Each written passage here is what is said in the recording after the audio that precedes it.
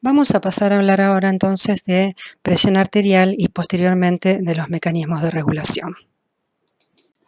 Bueno, a lo largo de la clase vamos a hablar de presión arterial sistémica para diferenciarla de la presión arterial a nivel del circuito pulmonar. Tengamos en cuenta que cuando se produce la contracción ventricular, o sea, la contracción del ventrículo izquierdo, se genera una gran presión. Y esa presión actúa como la fuerza, ¿sí? La fuerza motriz que permite que la sangre fluya a través de todo el aparato cardiovascular. Bueno, en esta diapositiva vamos a analizar la expulsión de sangre hacia la aorta y cómo esta sangre que llega a la aorta adquiere una determinada capacidad de impulsar la sangre a lo largo de todos los lechos vasculares. En el panel A analizamos lo que está ocurriendo y en el punto 1 vemos que se produce la contracción ventricular. Cuando la sangre tiene una presión determinada, se produce la apertura de la válvula aórtica y la sangre es conducida hacia la aorta. La aorta, por sus características elásticas, lo que va a hacer es expandirse. En este caso es importante tener en cuenta que la sangre expulsada desde el ventrículo tiene lo que se denomina una energía potencial, es decir, una determinada presión y una determinada fuerza que es alojada y es transmitida a las paredes de la aorta. ¿Qué ocurre cuando se produce la relajación ventricular y la válvula está cerrada? La aorta sufre lo que se denomina el retroceso elástico. Y aquí esa energía potencial almacenada en las paredes se transforma ahora en energía cinética, que es energía de movimiento, ¿no es cierto? Y eso es lo que permite que la sangre avance hacia los otros lechos vasculares.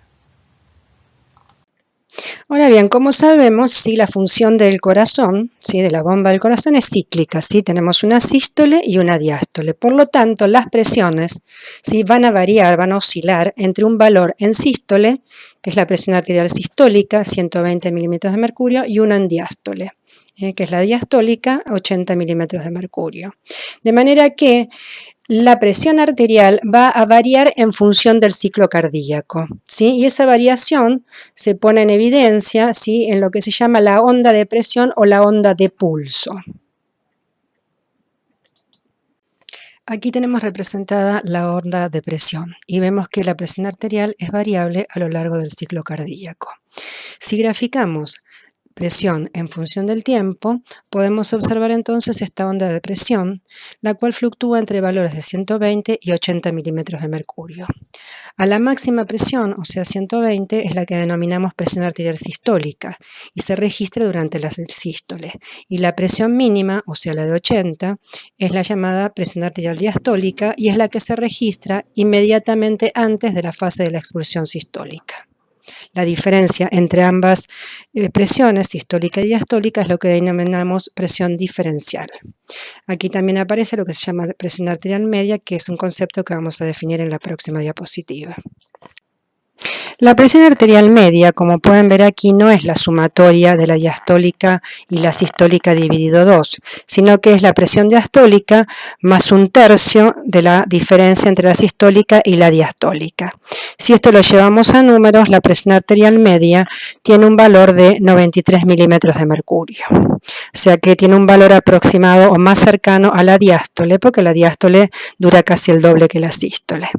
Pero más allá de esta fórmula, sí que ha sido obtenida por un método complicado que se llama método de planimetría, donde se analizan las áreas bajo la curva de las distintas curvas de presión a lo largo del ciclo cardíaco, ¿sí? Es un método muy complejo, ¿sí? No me interesa tanto que conozcan esta fórmula en particular, sino que conozcan el concepto, o sea, qué quiere decir o qué significa, ¿sí? Fisiológicamente, desde el punto de vista fisiológico, la presión arterial media. La presión arterial media es el valor de presión que permite, como dice aquí, que asegura la perfusión de los tejidos. ¿Qué quiere decir esto?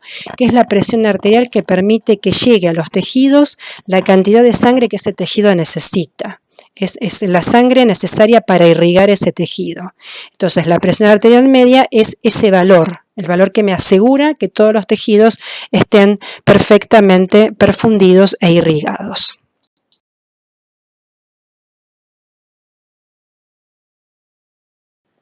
Aquí tenemos representada nuevamente la onda de presión, pero está graficada la onda de presión a lo largo de los distintos lechos vasculares. A nivel de las arterias podemos observar la presión sistólica en valor de 120 y la diastólica en 80. También está representada la presión diferencial o la presión de pulso, como la diferencia entre la sistólica menos la diastólica, y la curva rosada que atraviesa las distintas ondas de presión representa la presión media, que recordemos es la presión necesaria para perfundir correctamente los tejidos. Podemos observar que más allá de las arterias, ya entrando en la zona de arteriolas y capilares, ¿sí?, la presión va descendiendo. ¿Por qué desciende la presión? Porque disminuye, ¿sí?, o se pierde energía. ¿Por qué se pierde energía? Porque hay resistencia al flujo. Esta resistencia está ofrecida por los vasos y también se debe al rozamiento que existe entre las células de la sangre. Entonces, eso hace que la presión, ¿sí?, vaya descendiendo a medida que nos acercamos a la aurícula derecha.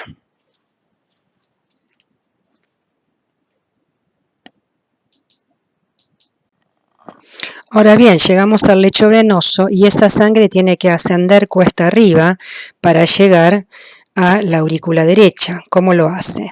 A la izquierda tenemos graficada, ¿sí?, una piernita, ¿sí?, con las venas que poseen válvulas, lo que van a permitir que el flujo sea unidireccional, o sea, nos van a asegurar que el flujo sea unidireccional, y esta vena está rodeada por músculo esquelético, ¿sí? En este caso son los gemelos. Entonces, ¿cómo hace la sangre para ir cuesta arriba? Bueno, se utiliza lo que se llama la bomba muscular esquelética, es decir, cuando los músculos se contraen, ¿sí?, comprimen la vena, que es lo que se ve en la segunda pierna, comprimen la vena y eso permite, la válvula se abre entonces porque al comprimir la vena, esto le da una cierta presión a la sangre, se abre la válvula, ¿sí?, y de esa manera va ascendiendo la sangre hasta llegar a la aurícula derecha.